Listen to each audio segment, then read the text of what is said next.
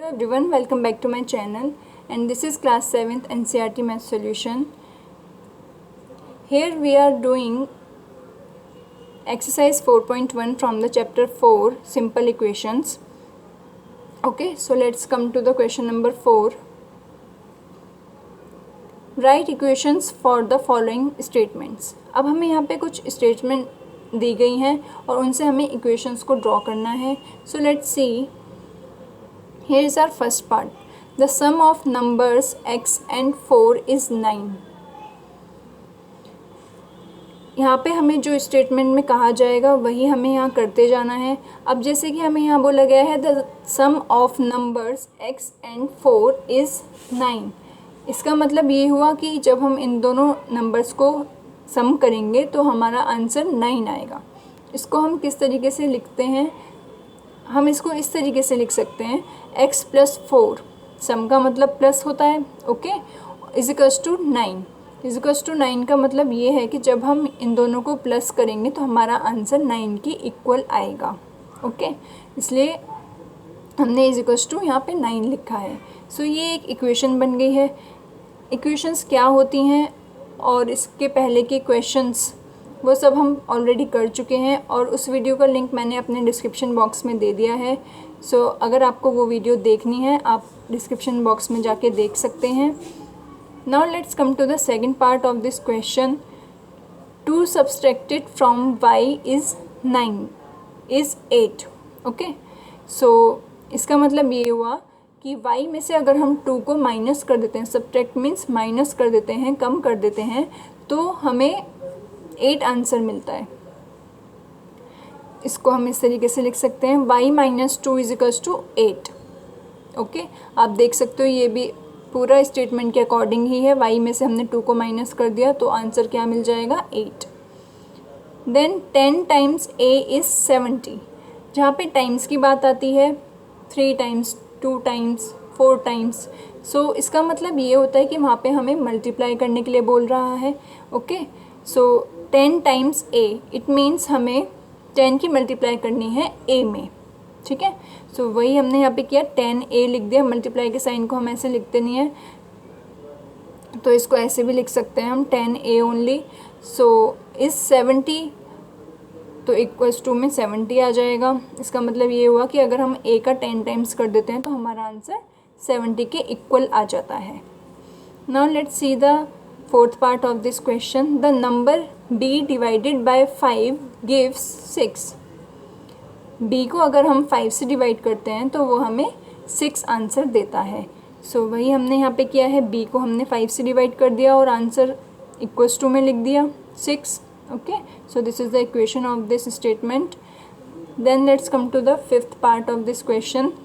3/4 of t is 15. यहाँ पे हमें टाइम्स की बजाय 3/4 करने के लिए बोल दिया गया है. किसको? t को. t का हमें 3/4 निकालना है. 3/4 मीन्स 3 डिवाइड्स बाय 4. इस तरीके से हम लिख सकते हैं 3 डिवाइड्स बाय 4 t का ये 3 डिवाइड्स बाय 4 हो गया है, 3/4 हो गया है, इज़ 15. सो इक्वल्स टू में 15 लिख देंगे. So 3 divides by 4 t is equals to 15. ये इसकी इक्वेशन हो गई. Now let's see sixth part of this question. 7 times m plus 7 gets you 77. 7 times m, 7 times m करेंगे पहले हम. 7 times m means 7m plus 7, उसमें हमने plus 7 कर दिया. You get 77. तो आपका आंसर आता है 77. तो 77 को हम यहाँ लिख लेंगे इक्वल्स टू में. Okay, so this is the equation of this statement.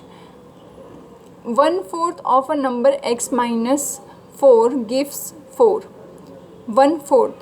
1/4 means 1 divides by 4 of a number x. x का 1/4. तो हम 1 को इस तरीके से लिख सकते हैं 1/4 ऑफ x.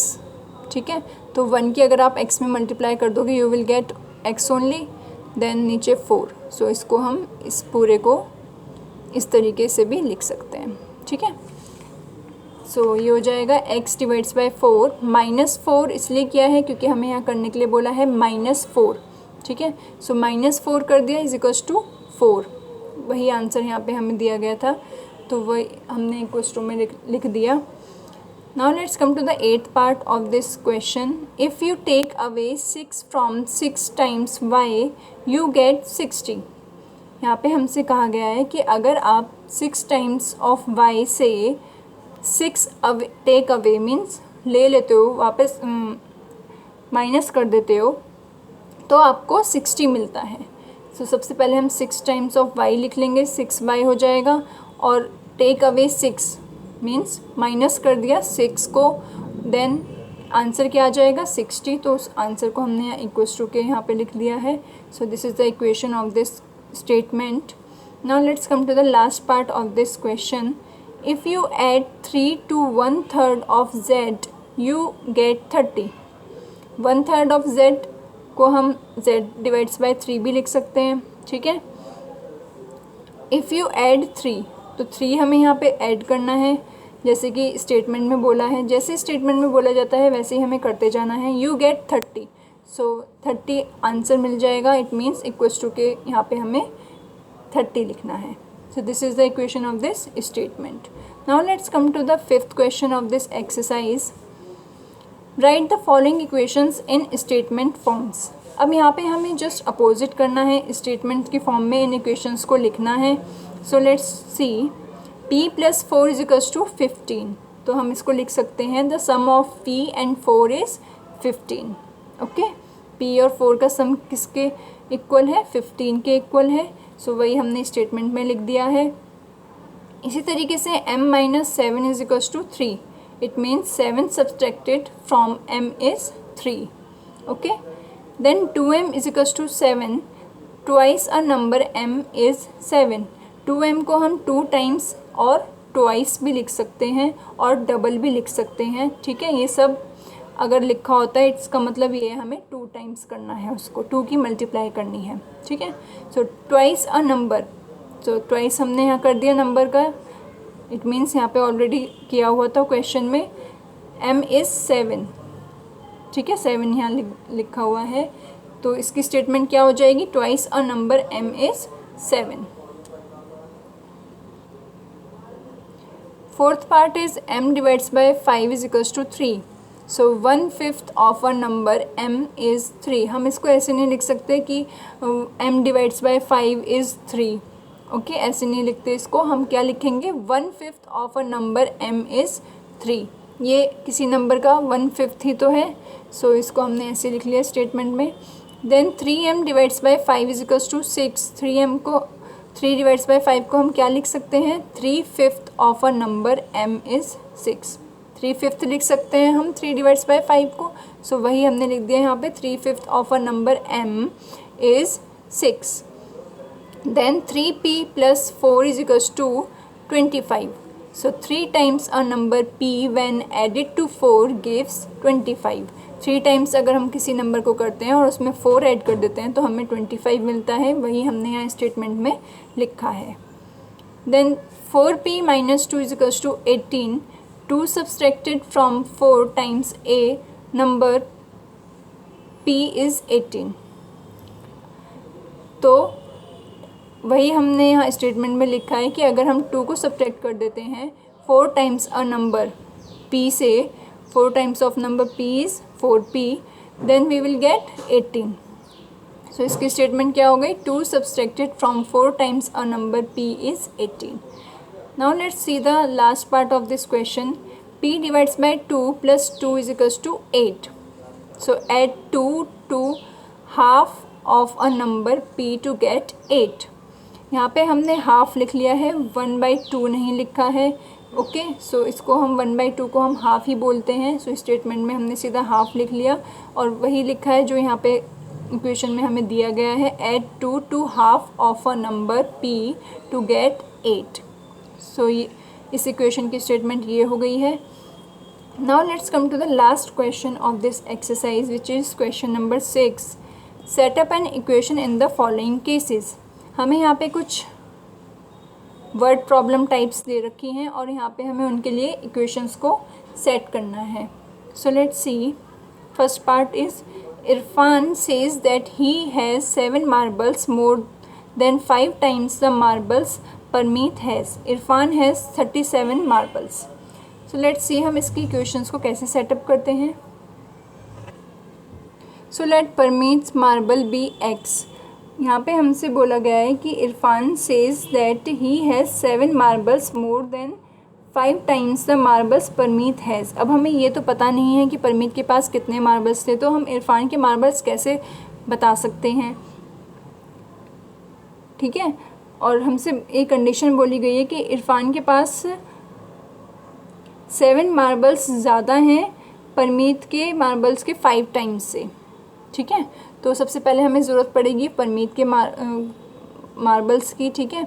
तो वो हमें पता नहीं है, तो इसलिए हम उसको एक्सलेट कर लेंगे। So Parmeet's marble be x, then according to the question, जैसे कि क्वेश्चन में कहा गया था कि परमीत के पास जितने मार्बल्स हैं उनके 5 टाइम्स, इट मीन्स 5x हो जाएगा, वो से भी 7 ज़्यादा हैं इरफान के पास। सो 7 ज़्यादा है का मतलब है प्लस करना है हमें 7 यहाँ पे। और फिर ये भी कहा गया है कि कंडीशन भी दी गई है इरफान के मार्बल्स की, और ये भी कहा गया है कि इरफान हैज़ 37 मार्बल्स। तो हम 37 के इक्वल रख देंगे। इट मीन्स ये सारे नंबर्स ये सब सॉल्व करके इरफान के मार्बल्स के इक्वल ही आ जाएगा, और इरफान के मार्बल्स हमें ऑलरेडी 37 दे रखे हैं। सो ये दोनों इक्वल हो जाएंगे, ओके। इसलिए हमने यहाँ पे इक्वल्स टू के साइन के लेफ्ट हैंड और राइट हैंड साइड पे इन दोनों को रख दिया है। इट मीन्स इन दोनों की वैल्यू इक्वल ही होगी। ये दोनों ही कंडीशन इरफान के मार्बल्स की ही हैं, ठीक है। इसको हम इस तरीके से भी बोल सकते हैं और इस तरीके से भी बोल सकते हैं। सो बस ये एक इक्वेशन हो गई है 5x + 7 = 37, और ये यहाँ पे हमें सेटअप करनी थी। इसी तरीके से हम सेकंड क्वेश्चन में करेंगे। Lakshmi's father is 49 years old, he is 4 years older than 3 times Lakshmi's age. यहाँ पे हमसे कहा गया है कि लक्ष्मी के फादर जो हैं वो 49 ईयर्स के हैं, he is 4 years older than 3 times Lakshmi's age, और वो लक्ष्मी की एज के 3 टाइम्स से 4 ज़्यादा हैं, ठीक है। तो सबसे पहले हम क्या करेंगे, लक्ष्मी की एज को x मान लेंगे, बिकॉज लक्ष्मी की एज की हमें ज़रूरत है, उसके बिना तो हम फादर की एज काउंट नहीं कर सकते। सो वो हमने x लेट कर लिए। देन फादर्स की एज कितनी हो जाएगी, 3 टाइम्स कर देंगे तो 3x प्लस 3 टाइम्स से भी 4 ज़्यादा, मीन्स 4 प्लस भी करना है हमें इसमें। So according to the question 3x + 4 = 49।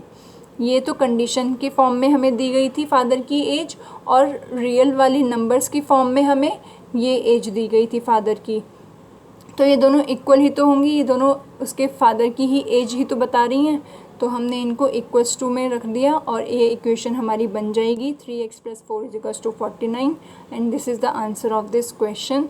Now let's come to the third part of this question.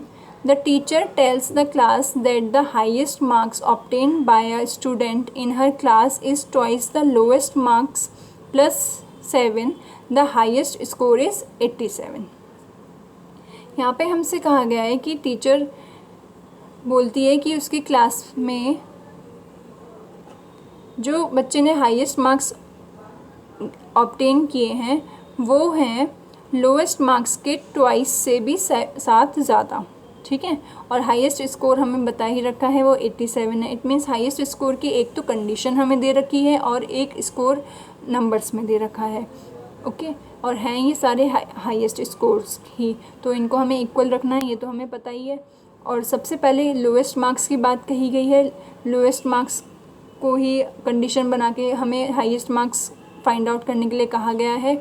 तो हम सबसे पहले क्या करेंगे, लोएस्ट मार्क्स को एक्सलेट कर लेंगे, देन हाईएस्ट मार्क्स इसके अकॉर्डिंगली करेंगे। क्वेश्चन में जैसे कहा गया है कि हाईएस्ट मार्क्स कितने हैं, twice the lowest marks. Twice the lowest marks means 2x के भी 7 प्लस हैं, तो उसमें +7 कर देंगे हम। So 2x + 7, and then according to the question 2x + 7 = हो जाएंगे 87 के, बिकॉज ये भी हाईएस्ट मार्क्स की कंडीशन है और हाईएस्ट मार्क्स हमें ऑलरेडी दे रखे हैं नंबर्स में। सो ये दोनों इक्वल ही होंगे, ओके। सो इक्वेशन क्या आ गई हमारी, 2x + 7 = 87. Now let's see the last part of this question. In an isosceles triangle, the vertex angle is twice the base angle. Okay हमें यहाँ पे बोला गया एक आइसोसेल्स ट्राइंगल है जिसका वर्टेक्स एंगल उसके बेस एंगल का किसी भी एक बेस एंगल का ट्वाइस है. तो बेस एंगल इसके दोनों सेम होंगे क्योंकि एक आइसोसेल्स ट्राइंगल के सेम होते हैं एंगल, तो उसमें से किसी एक का हम ट्वाइस कर लेंगे. जब दोनों सेम हैं तो हम किसी का भी ट्वाइस कर सकते हैं, वो एक सेम ही आएगा. ठीक है, सबसे पहले हमने क्या किया, बेस एंगल को x मान लिया. दोनों इसके बेस एंगल कितने हो गए हैं, x हो गए हैं, और ये वर्टेक्स एंगल होता है तो ये 2x हो जाएगा बिकॉज यहाँ पे हमें क्वेश्चन में बोला गया है कि vertex angle is twice either base angle, तो ये 2x हो जाएगा vertex angle. So we know that sum of interior angles is equals to 180 degree. किसी भी ट्राइंगल के इंटीरियर एंगल का सम 180 डिग्री के इक्वल होता है. तो हमारे पास तीनों एंगल हमें पता चल गए हैं. एक तो 2x है वर्टेक्स एंगल और बेस एंगल्स हैं x एंड x, दोनों सेम ही हैं. सो सबकी वैल्यूज़ हम रख देंगे यहाँ पे. 2x + x + x तीनों एंगल्स का हमने यहाँ सम कर दिया और इक्वल्स टू रख दिया 180 डिग्री के. ओके, देन हम इन सबको प्लस कर देंगे. x वाली टर्म्स होती हैं तो उनको हम प्लस कर सकते हैं. जैसे कि यहाँ पे 2x है और यहाँ पे कोई भी ओनली x है, कोई नंबर नहीं लिखा, इट मीन्स यहाँ पे 1 है, ये 1x काउंट होता है. और यहाँ पे भी 1x है. सो 2 + 1 3 एंड 3 + 1 4. सो ये हो जाएगा 4x = 180 डिग्री. सो ये इसकी इक्वेशन थी और यही हमें यहाँ पे फाइंड आउट करनी थी. So this is it for now. In our next video we will solve next exercise, which is exercise 4.2. And if you like this video, then do subscribe my channel and hit the bell icon. Thank you.